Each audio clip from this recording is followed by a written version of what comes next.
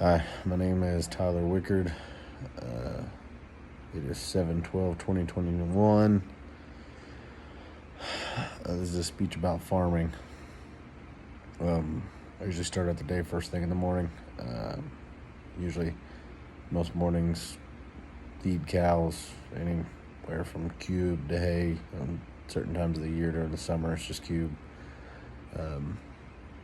Once I get the cows up, I make count. Make sure all my numbers are correct, make sure the cows are there, no cows are off down in the creek with a calf or anything that I didn't know about might have happened over the night.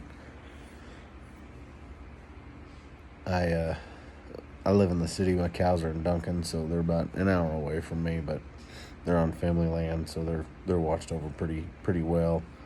Every morning when I'm down, I get up, check the water troughs, make sure everything's filled up.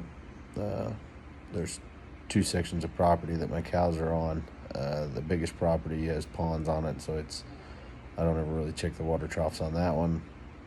The other property, where my other set of cows has a water trough, so they have a maintainer or equalizers in the water tank, so they're consistently on. And then, like the other day, I got called and had to take off from work. My nanny had called the cows up and fed, and the bull was missing. So I had to go down. Of course, it had been storming, so I couldn't cross the creek to get to the back part of the pasture, and that's where he eventually had found out he got out of. So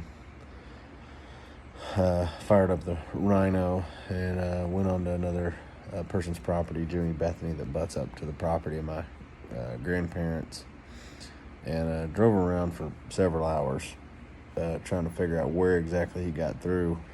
He busted a gate down to get in with about 60 heifers that my neighbor had. Busted through two sets of properties, an Indian property that butts up to her at a four corner, and then once he was in the Indian property, I guess walked the fence till he found a weak spot and busted into Jimmy's. And took us hours to find him because he never would come up. Jimmy Bethany has a little over 800 acres, so it was a little more difficult to find him than on my nanny's 90. Nanny came with me in the Rhino, drove around for hours, found multiple sets of cows, and never found him.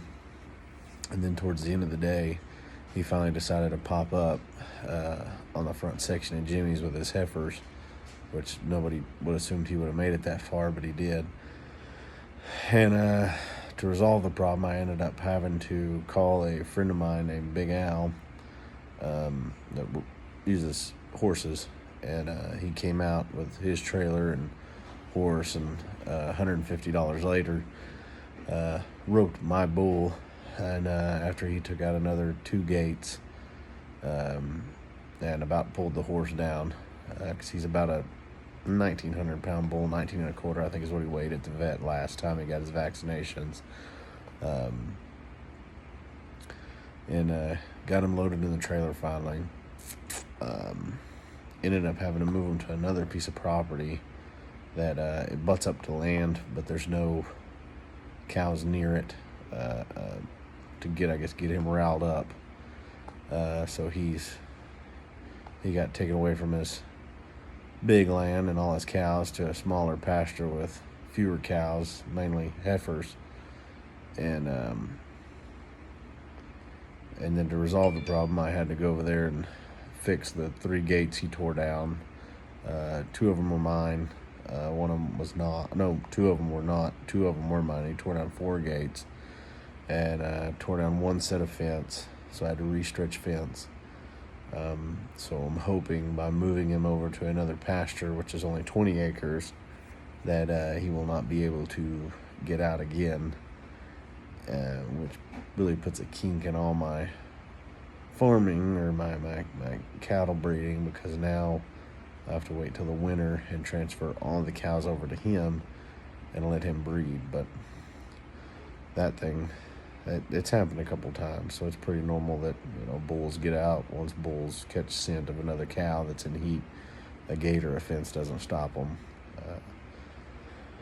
But as far as I know, that is the conclusion of my speech. So thank you.